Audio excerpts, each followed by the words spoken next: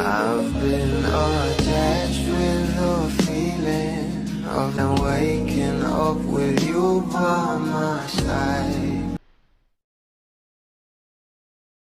Umaapaw na nga talaga ang blessing ng ating couple na kung saan itong ang Can't Buy Me Love ay talagang #1 pa nga rin sa Netflix at palagi ngang trending sa social media. Pero ito na nga guys, ang pag-uusapan natin ngayon, alam naman natin na itong ang ating Donnie at Belle ay maraming ang projects na natatanggap ngayon at mga awards na dumadating sa kanila, kaya naman patuloy nga ang pasasalamat ng couple sa lahat nga ng sumusuporta, na kung saan itong ang ating Belle kahapon ay nag-post nga sa kanya social media account na kung saan meron nga itong caption na 4:09 PM at talagang sinundan naman ngayon ng post ng mga glam team ng ating Belle na magkakaroon nga siguro ito ng shoot, na ayon nga sa mga bula ay connected nga raw ang bawat post ng kanyang